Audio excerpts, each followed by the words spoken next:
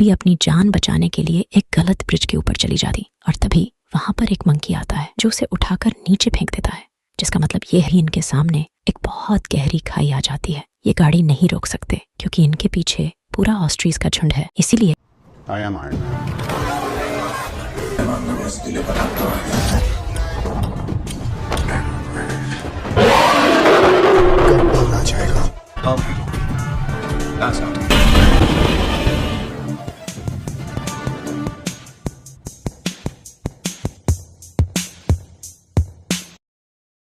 Jumanji दी next level.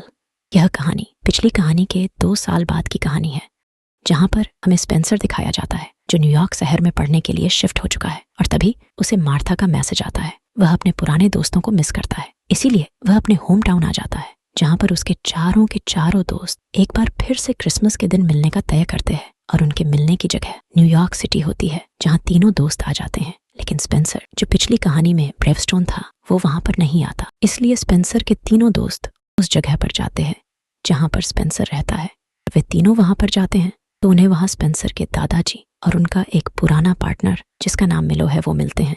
जब वे Spencer के बारे में पूछते हैं तो उन्हें कुछ भी नहीं पता होता। फिर सब नीचे बेसमेंट में जाते हैं जहां पर जुमांजी गेम, जिसे पिछली कहानी में तोड़ दिया गया था, वह अब पूरी तरह से ठीक हो चुका है। दरअसल स्पेंसर ने इसे ठीक कर दिया है क्योंकि उसे जुमांजी गेम वाला कैरेक्टर यानी ब्रेवस्टोन जो पिछली बार गेम के अंदर जाने पर वह बन गया था बहुत पसंद होता है। वो इस दुनिया में ताकतवर था जबकि असल दुनिया में वह कमजोर था, इसीलिए वो एक बार फिर से गेम की दुनिया में जा चुका होता है। और अब इन सबको भी पता चल जाता है कि इस गेम की दुनिया में यानी कि जुमांजी में स्पेंसर जा चुका है, इसीलिए ये सब एक बार फिर से गेम की दुनिया में चले जाते हैं। जुमांजी के जंगल में पहुंचने के बाद इन्हें पता चलता है कि बेथनी जो पिछली बार प्रोफेसर शैली बनी थी वो गेम में एंटर ही नहीं हुई है, वही उसके बदले यहाँ पहुंच चुके होते हैं। स्पेंसर के दादाजी और उनका दोस्त मिलो, स्पेंसर के दादाजी यहाँ पर बने होते हैं। ब्रेवस्टोन जो पिछली कहानी में उनका पोता स्पेंसर बना था और साथ ही मिलो यहाँ बन गया होता है। मोस जो पिछली कहानी में फ्रेज बना था और फ्रेज अब इस नई दुनिया में यानी कि जुमांजी में बन चुका है। प्रोफेसर शैली जो नकसों का जानकार था, मार्था अब भी अपने पुराने कैरेक्टर यानी कि रूबी राउंड हाउस के रूप में होती है। यहाँ पर स्पेंसर के दादाजी और उनका दोस्त जो मिलो है पहली बार आए हैं, इसीलिए सारे रूल्स उन्हें बता देते कि यहाँ पर हो क्या रहा है। अब यहाँ पर इनका गाइड आता है जो कि हेलीकॉप्टर में है। वो इन सबको अपने साथ ले जाता है और बताता है कि जुमांजी का जंगल एक बार फिर से खतरे में है, हमें तुम्हारी मदद की जरूरत है। पूरा का पूरा जुमांजी जंगल सूखे का सामना कर रहा है और इसका कारण है कि जुमांजी जंगल के कबीले के सबसे बूढ़े आदमी के गले में एक नेकलेस था जिसका नाम फेल्कन हार्ट है। उसे जुगरान नाम के एक आदमी ने, जो कि बहुत ही खतरनाक है, उसने चुरा लिया, जिसके बाद जुमांजी जंगल एक बार फिर से श्रापित हो गया और अब यहाँ पर सूखा पड़ चुका है। और हमें अगर इस सूखे को खत्म करना है और श्राप मुक्त होना है तो हमें उस फेल्कॉन आई को जुगरान से किसी भी कीमत पर हासिल करना होगा और सूरज की रोशनी को दिखाते हुए जुमांजी कहना होगा, तभी हम इस लेवल को खत्म कर पाएंगे, जिसके बाद शराब भी पूरी तरह से खत्म हो जाएगा। गाइड इन सबको एक रेगिस्तान में छोड़ देता है जहां इनके सामने एक ऑस्ट्रीज आता है। ब्रेवस्टोन उसके सामने जाता है और ऑस्ट्रीज उसे मार देता है, यानी उसने अपनी एक लाइफ, एक चांस खो दिया। अब उसके पास 2 और चांसेस है। ये सब के सब यहाँ से भागने लगते हैं क्योंकि अब यहाँ पर ऑस्ट्रीज का पूरा झुंड आ जाता है जो इन्हें मारना चाहते हैं। ये गाड़ी से ऑस्ट्रीज से बचते हुए भाग रहे होते हैं और तभी इनके सामने एक बहुत गहरी खाई आ जाती है।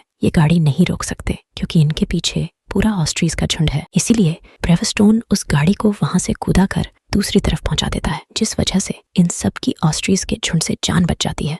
वही हमें असली दुनिया में बेथनी को दिखाया जाता है जो अब भी इस गेम के अंदर नहीं आई। वो एलेक्स के पास जाती है और कहती कि हमें अपने दोस्तों को बचाने के लिए जाना चाहिए। और अब यह चारों के चारों जो गेम के अंदर है उस जगह पहुंच जाते हैं जहां पर योर्गन है।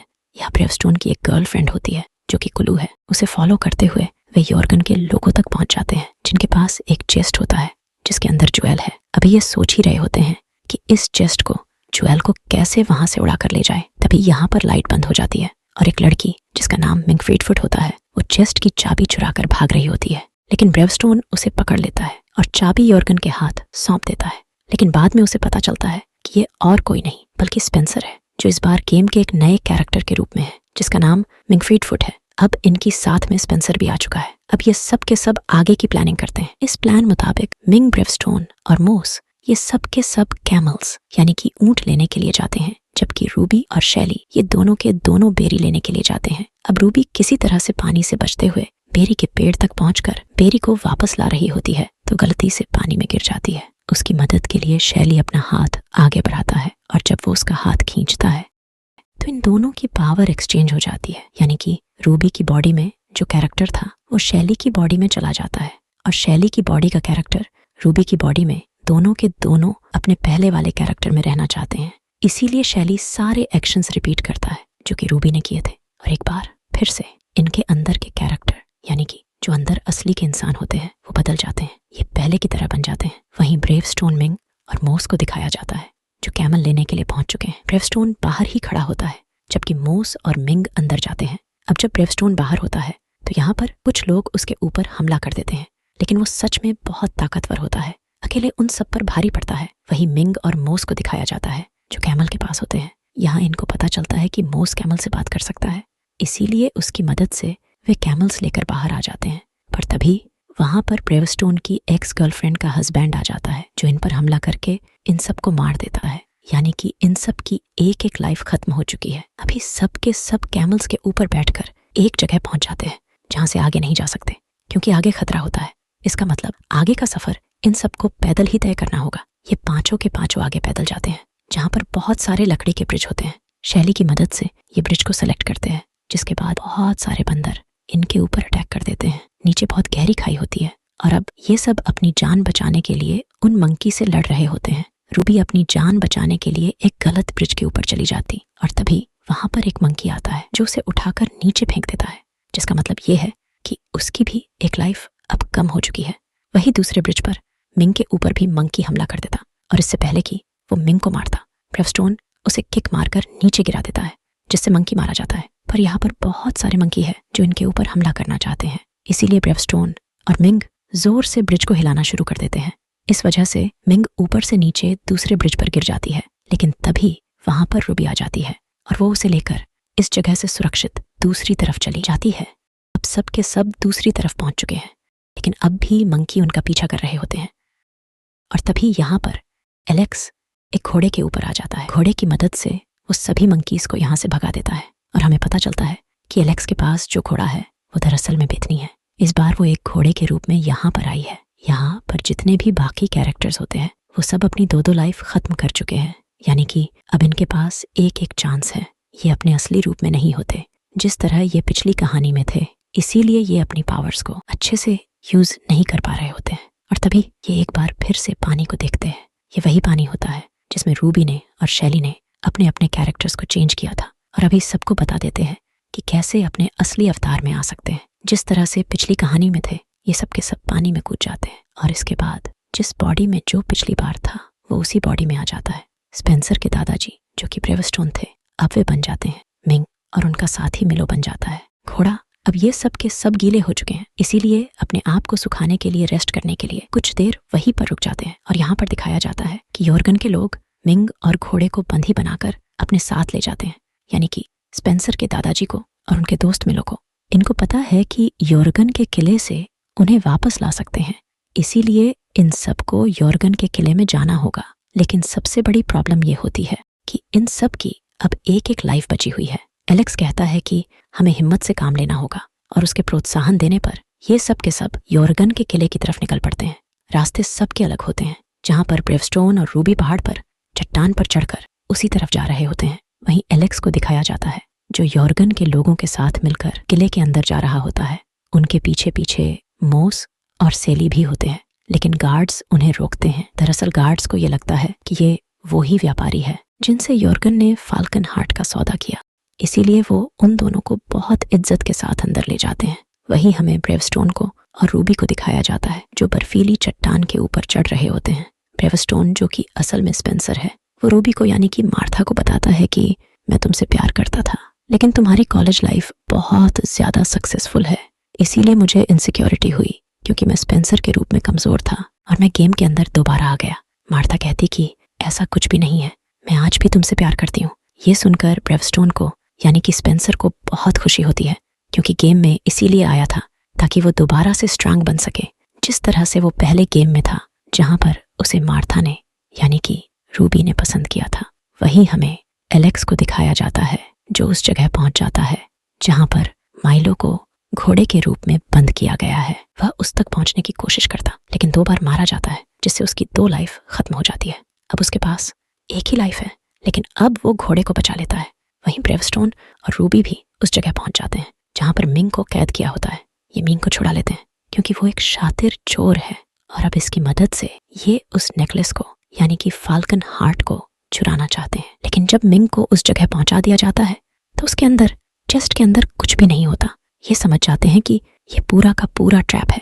वहीं हमें शैली और मोस को दिखाया जाता है, जिन्हें मॉर्गन के लोग मॉर्गन के पास लाते हैं ताकि वो फाल्कन हार्ट का सौदा यॉर्गन से कर सकें।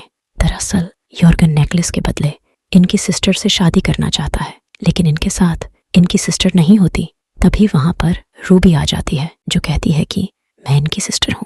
पर इनका ये प्लान काम नहीं करता, क्योंकि यहाँ यॉर्गन को एक लेटर मिलता है जो कि उन दोनों भाइयों का होता है जिन्होंने इनके साथ सौदा किया था। वे कहते हैं कि किसी काम की वजह से हम नहीं आ रहे हैं। यॉर्गन समझ जाता है कि ये बहरूपियां हैं।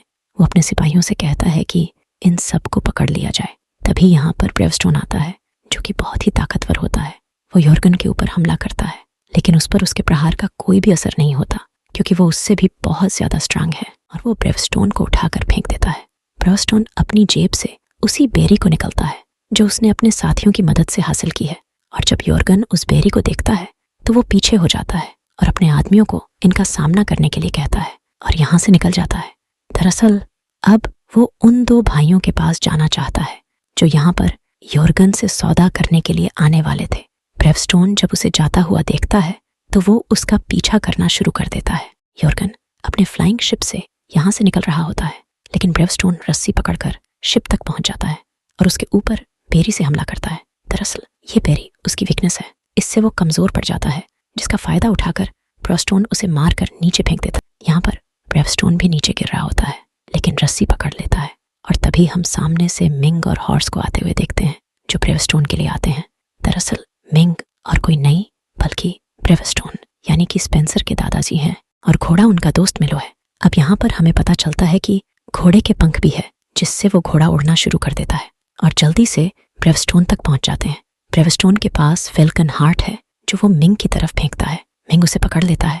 ब्रेवस्टोन कहता है कि इसे सूरज की तरफ ले जाओ और वहां जाकर तुम्हें कहना होगा जुमांजी। दरअसल ये बर्फीला इलाका है, इसीलिए बादलों के ऊपर सूरज की किरणें हैं। अब मिंग अपने उड़ने वाले घोड़े पर बैठकर बादलों के ऊपर चला जाता है, जहां पर वो फाल्कन हार्ट को सूरज की किरणों के सामने रखता है।